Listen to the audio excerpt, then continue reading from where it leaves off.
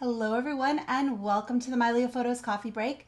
My name is Angela and today we're going to be talking about using AI for photo restoration. This particular episode is going to be about using prompt-based AI. And we're going to talk about some of the pros and cons, some of the different techniques that you can use, and how that's going to compare to using other tools. So I'm really looking forward to sharing this with you. It's been a lot of research, and this is a topic that was actually prompted by a request from one of the attendees from the live events. So thank you very much for that. It sparked me to go down this rabbit hole and do all of this research, and I'm looking forward to sharing what I learned with you today. So before we jump into today's topic, I do want to let you know that we have other sessions that you guys are always welcome to join in on. We have live Q&As every Tuesday and Thursday. These are at 11:30 a.m. Pacific, 2:30 p.m. Eastern. And these are open sessions for anybody. Whether you're brand new to My Leo Photos or you've been with us for a long time, everyone is welcome. And whether you have an advanced question or a beginner question, everybody please ask. Those are always really fun sessions. They're very informal and they're just meetings where everybody can kind of chat with each other. So I hope you'll join me on Tuesdays and Thursdays for those sessions. On Fridays, we have these coffee breaks, which are short tutorials, followed up by more time for questions, whether either they can be on the day's topic or on anything else My Leo related that you want to talk about. Next week, we're going to be going into some of the new features in My Leo Photos 24.6, and we're going to start with keywords. This is one of those features that a lot of people have asked for improvements in, and My Leo is delivering. If you're wondering about that next update, we're waiting for App Store approval, so we hope to get that out to you soon. But it might be another day or two, so just please be patient as we get all those final I's dotted and T's crossed. So with that, let's go ahead and jump into today's topic, which is bringing history to life using AI for photo restoration. So what we're going to do today is talk about different tools that you can use like ChatGPT for photo restoration guidance. We'll go through some prompt writing techniques. So if you've never used ChatGPT or any of these other AI tools, this will give you an idea of how to work with them. And then we'll also talk about when to use paid tools like Photoshop, Topaz Photo AI, and things like that. And we'll also discuss if you need to have a paid account with something like ChatGPT. We'll cover things like getting archival quality results and how to get historically accurate results from your edits. Because that's really a big one. We can throw pictures at any kind of AI, have it generate something, and it might look cool, but it might not be at all historically accurate. So I'm going to show you some of the results from my tests and we can discuss. So just a few thoughts here on why you might want to consider using AI for your photo restoration. There's a lot of tools out there that employ AI, whether for generative or just AI editing tools. We'll talk about the differences here in a moment. But basically, it helps you preserve the details in those family history photos. AI can save a lot of time and effort, and you don't necessarily need to be an expert in something like Photoshop to be able to get good results. And this means you can still use Photoshop and tools will walk you through the steps to get those results. It's really pretty cool. It lets you test creative ideas, helps you learn as you go, and empowers you to work independently. So if you don't have the budget to perhaps hire somebody to do photo restorations for you, this is a great way to learn how to do it yourself. So there's a lot of good reasons here, a lot of text on the screen, I know, but these are just some of the reasons you might want to consider using AI in your photo restoration process. All right, so let's talk a little bit about generative AI versus AI editing. And these are two very different paths that you can take. One of the things that people think about when they think about ChatGPT, and this is generative AI, where it's actually creating new pixels and reimagining what was there. So it fills in the gaps, extends images, or imagines details based on the context. And some of the examples of software that can do this is going to be like Photoshop. Photoshop has generative fill, so you can select an area, and based on the context of what's around it, plus any prompts that you give it, it's going to fill in that space. There's also tools like DALL-E, which is part of ChatGPT and OpenAI, and Midjourney. And then there's hundreds, if not thousands, of other AI tools out there, but these are some of the most popular for what we're doing with this process. And using generative AI is great for filling in missing areas of torn or cropped photos, rebuilding backgrounds, colorizing black and white images, and it's best for creative or reconstructive work. Be very aware that generative AI is known to hallucinate. And this is actually a word that ChatGPT used to describe itself, which I find hilarious. So use it with historical care because it can generate very inaccurate results. And I'm going to show you some examples of that here in a moment. Then we have tools that are for AI editing, and this improves or enhances what's already there. So it refines those existing pixels. Tools like this, Photoshop also can do this, but Topaz Photo AI is one that I use. MyHeritage has some tools for this. Lightroom's AI tools can do this. There's a lot of other applications that have AI editing that works with the pixels that are already there. And this is best used for sharpening blurry faces, reducing noise and grain, and restoring natural color and tone. These are the tools that you want to use if you're going for an authentic restoration and archival quality in your results. So let's compare a little bit between something like DALL-E, which is in ChatGPT 4.0, or Midjourney, because these are kind of the two that most people think about when they think about AI image creation. DALL-E is part of ChatGPT, so if you're using the GPT 4.0 model, that's going to give you access to DALL-E. And this is best for reconstructing missing areas or previewing edits of photos.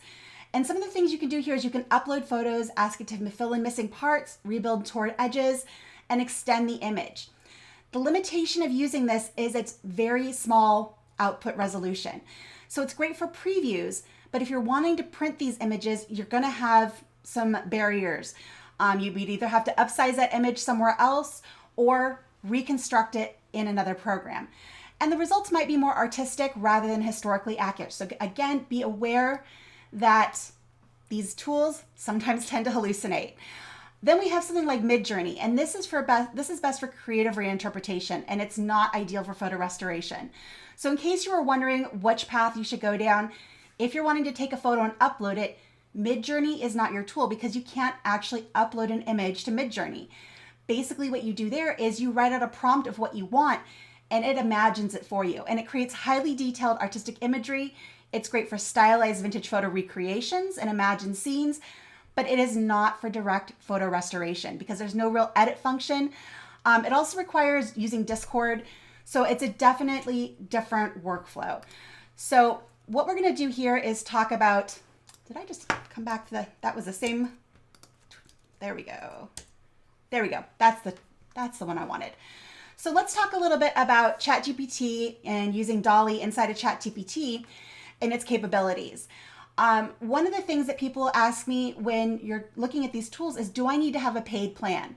And up till a few months ago, I would have said yes, because I think it was in April, that's when they actually changed it to where you can upload images using the free plan. Prior to that, you had to have the plus plan, that $20 a month, but now you can do it on the free plan, and both of them get you access to the GPT 4.0, which is the model that you need to be able to do this. It lets you upload and analyze photos on both plans, free or paid, and generate restoration prompts. The big difference here between having it free or paid is that it's going to be slower on the free plan, and you might get kicked out at certain limits. So at high traffic times, it might say, nope, you just don't have access right now. So if you want to have more reliable access, faster performance, things like that, go ahead and get the plus plan. It's $20 a month. If this is all you're wanting to do with it, if you just want to kind of play around with image restoration, use the free one. See what it does. If you end up becoming a heavy user and relying on ChatGPT for a lot of things, I do, I would go with the plus plan. That's what I've done for my own workflow, but I use it in many different areas of my work. And it's even pretty helpful for some personal things as well. So it's really up to you which one you want to try to use. Just know that if you're using the free plan, you're going to come across some of those limits. It's going to be a little slower and so forth. So let's see here. Why is it going backwards? I'm not sure what's going on there. One moment. There we go. So can ChatGPT restore all family photos? Not directly. So what it does is it analyzes your photos and it identifies issues like fading, scratches, and color shifts. It can suggest restoration techniques and help you write detailed instructions for using something like Photoshop to go ahead and make that happen.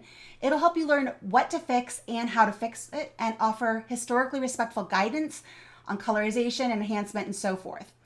What it can't do is edit or return a high resolution restored version.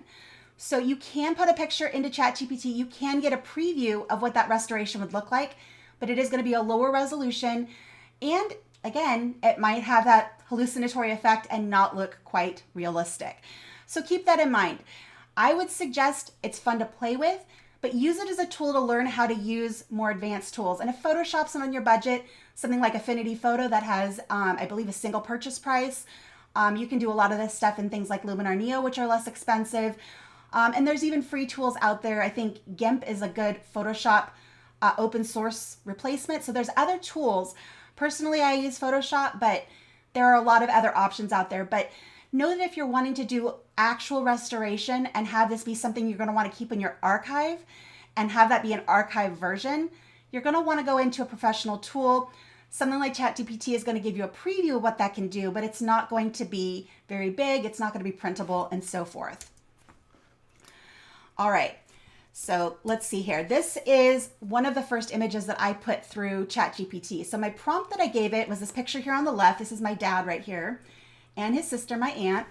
And I said, correct color in a faded vintage photo, remove magenta tint and restore original skin tones, clothing, and background colors to their natural appearance without altering the historical integrity. I would say it did a pretty good job. It clarified it a little bit. The faces still look pretty good. The detail came through a lot more clearly. I think it still has a bit of a yellow cast to it that I could correct elsewhere. It did not, because I didn't tell it to, correct this big rip here on the side. So what I did from there was I told it to repair the torn corner and neutralize the yellow color cast. Well, it did take care of the color cast and it did repair that corner, but these are completely different people. So this is where AI starts to kind of break down, is you can take it so far and sometimes you can get the results and other times you have to kind of start over and reimagine your prompts. Your prompts have to be super specific and it's just very interesting to go through. So this particular one didn't do what I wanted. So what I did was I told it, do not alter the faces from the original other than to enhance clarity, keep it authentic. And it put even far different people in here.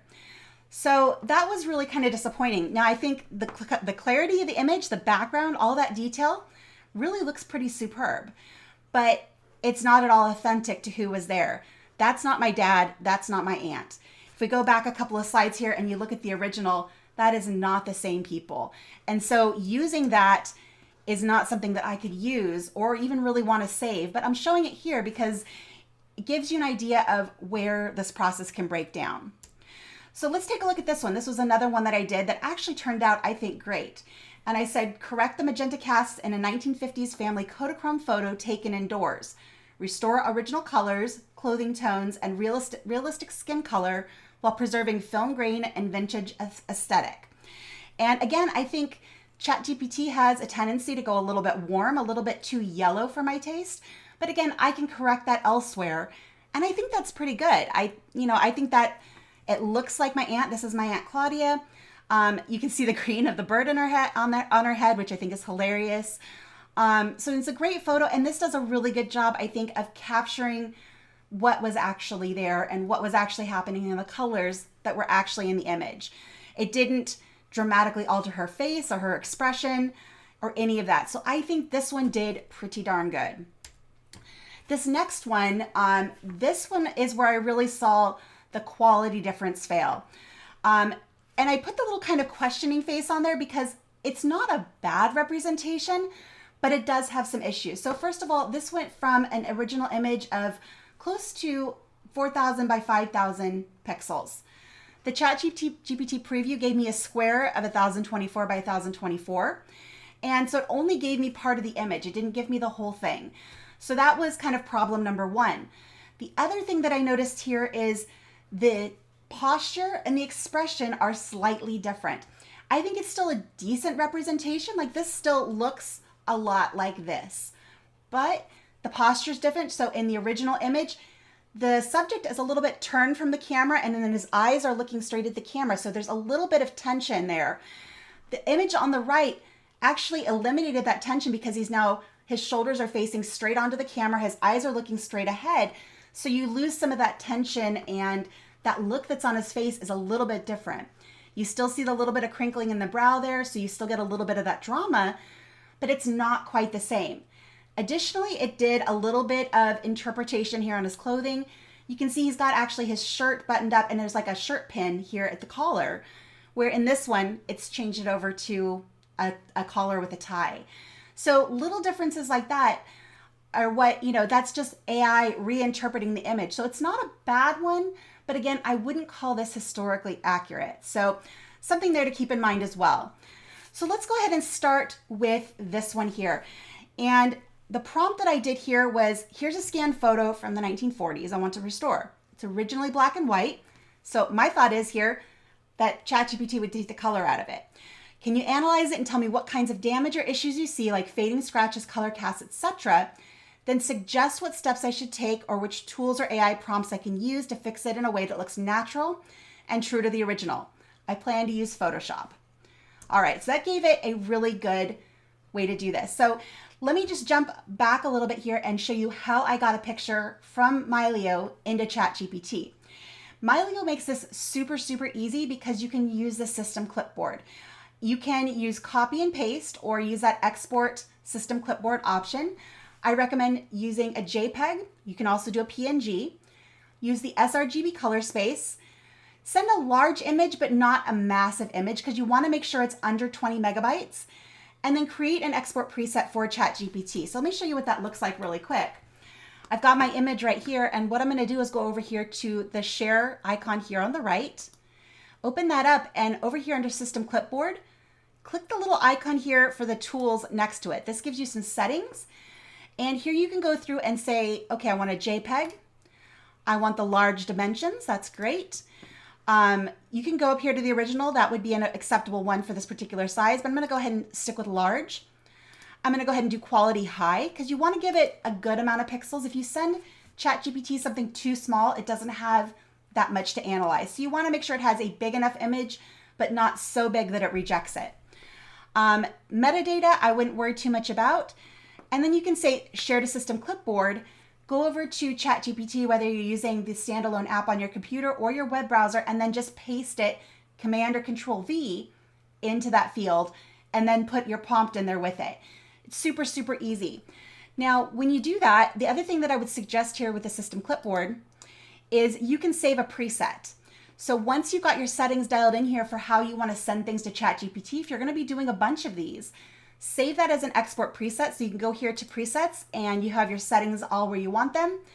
Go to the top and say save as new preset. And then what that gives you is next time you come in here, I saved mine as ChatGPT. I can click that. It pulls up all the correct settings. And then I just say share to system clipboard, pop over to either my browser or the standalone app. And I can just Command or Control V, paste that in there. So that's how that works. It's super simple. And I think that makes it a lot more accessible for people. All right. So again, here's my prompt. And here's the issues that I identified. Now I've got all the instructions on the next page and you don't need to read all of them, but I wanted to give you the content of what ChatGPT gave me. So basically it identified this as a faded low contrast image. It's correct. It's a little bit blurry and has soft focus. Yeah, that's correct. Uneven exposure and a light leak. A little bit. It was an old camera, different technology. Minor scratches and blemishes. You can see there's a little bit of, some little dust spots and a few little scratches on there. And it has vignetting and edge darkening. So this is the workflow that ChatGPT recommended. And I'm not going to necessarily go through all of this, but it gave me the exact steps. And where I was unsure about settings, I actually could query ChatGPT and say, what are the exact settings that I can use here? In other ones that I tried, you can actually say, where do I find this tool inside of Photoshop? And it'll tell you exactly where to go. It's really phenomenal. So you can basically build out your own custom tutorials to accomplish exactly what you're trying to do using ChatGPT. So you don't have to be a Photoshop expert, but having ChatGPT guide you is like having your own personal coach to get those results. The things that you can do is you can use generative fill in Photoshop, which is great for filling in any, like if that one that had the torn out corner, that would be a great place. Just select that little corner instead of having it try to reestablish the whole image. Just fix that one corner. The neural filters, we'll talk a little bit more about that. That's basically an automated tool inside of Photoshop. You flip a switch and it does a really nice job of just enhancing an old image. And again, you can use ChatGPT to give you some of those prompts that you would use inside of Photoshop. So this is the original image here, a little bit bigger. And I told, after I got all those instructions from ChatGPT, give me a preview. And this is what it gave me. Well, I mean, it's nice contrast, and I think actually did kind of a cool job clarifying what was going on in the background. That's neat. But that's not my grandma and my grandpa and my aunt. Definitely not them. That is completely different people. So yeah, it gives me an idea of where this picture can go, but again, it went into the hallucinatory status over there. So here's a screenshot from Photoshop.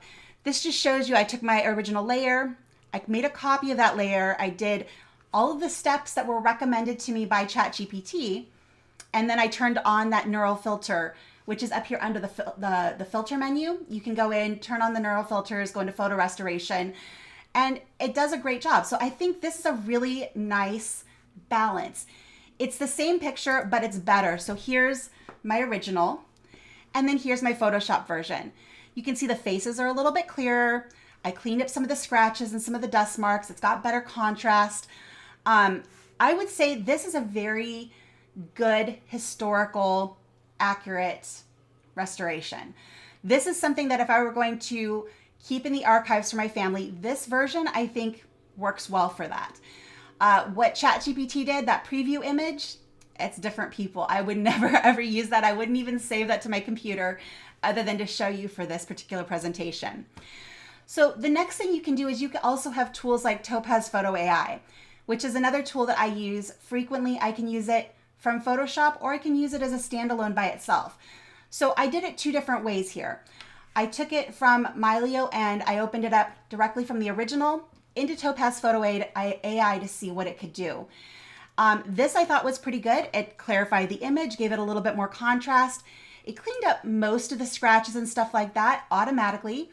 And I was able to upscale the image. So I started out with 1236 by 1305, and I actually ended up with 2472 by 2610.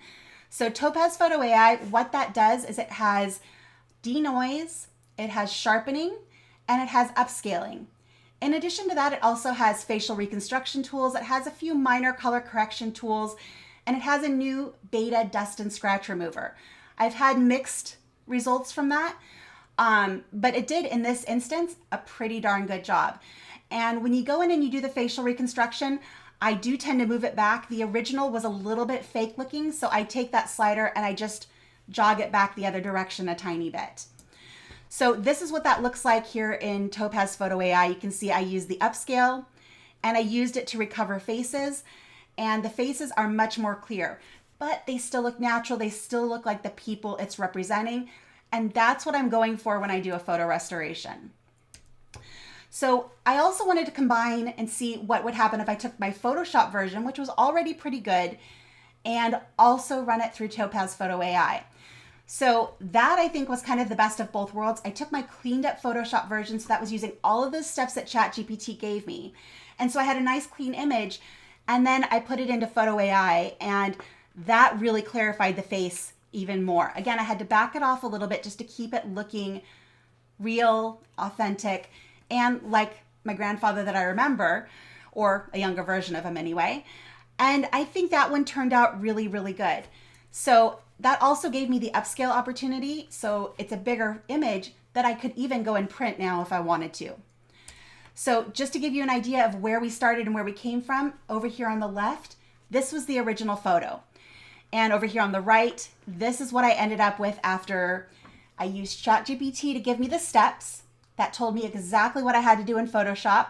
I took the image into Photoshop, I followed all those steps, and then I took it into Topaz Photo AI for that finishing touch and upscaled the image, and it did a little bit more work to reconstruct the faces. And I'm really incredibly happy with this result. I think it looks great. You can see a little bit, I feel like I can almost see the twinkle in his eyes.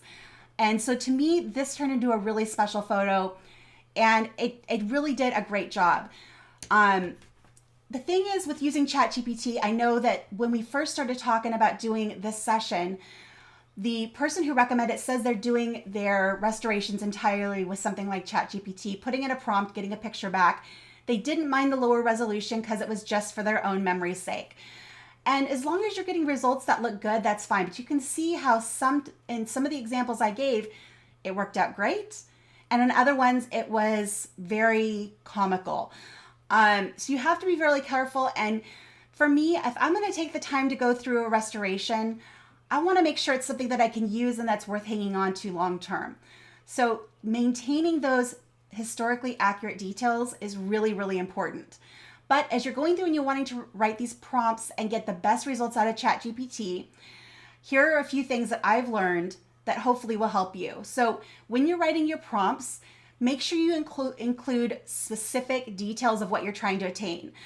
Computers are notorious for not being mind readers. We have to be very specific with what we want. So make sure you say what your restoration goal is. Do you want it to repair damage, remove scratches, or restore missing areas? For sharpness and definition, enhancing facial features. Be specific and say without altering the expression. Improve focus while retaining original texture. If you're wanting to preserve or change the color or the tone, specify, is it sepia, is it black and white, or do you want to colorize the image? And then tell ChatGPT to maintain authenticity. This isn't going to guarantee that it's going to work every time, but maintain the original look of and historical accuracy, or do not modernize, will definitely help in that path. And then from there, you're going to want to combine some of these phrases. So for general restoration, you might want to say, restore a damaged vintage photograph with scratches, fading and stains, repairing only the flaws while preserving historical authenticity. Or if you're wanting to preserve the style, preserve original photographic grain and tonal range. Avoid making the image look modern or digitally retouched. Again, specificity is your friend when you're working with something like ChatGPT. You're going to end up with really varied results if you just type in, restore this photo. And I've tried it. It actually doesn't do a horrible job, but you're going to end up with varied results. And because it works on one photo does not mean it's going to work on the next, because it's taking that photo, it's analyzing it itself, and what the computer thinks it needs is very different from what you might think it needs. So be very, very specific in the prompts that you use. So just some general tips for writing great prompts. Think about being era specific. So if you know that a picture's from, say, the 1940s, include it's from the 1940s. If you know the film stock that it was on, include that this was a Kodachrome or something else. So if you know a little bit about the technical behind the capture, include that in your prompt. Focus on the outcome. So instead of saying use the sharpening tool to XYZ, say I want to sharpen the eyes and make the face look natural. Things like that. Guide the style. Tell if you want it to be natural, muted, vintage, and then definitely set boundaries. Tell it specifically not to modernize, to maintain historical accuracy, things like that, and you're going to end up with much, much better results. So some of the things to think about as you go away from this presentation, ChatGPT and other AI tools are your restoration co-pilot.